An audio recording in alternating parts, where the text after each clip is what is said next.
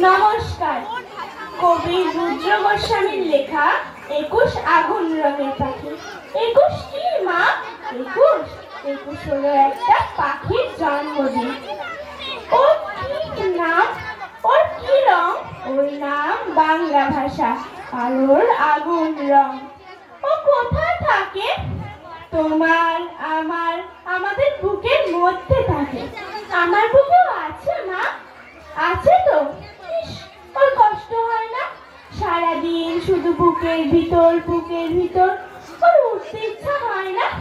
ওরে তো, এই যে আমি কথা বলছি তোমার দিকে উড়ে যাচ্ছে, তুমি কথা বলছো আমার দিকে উড়ে যাচ্ছে।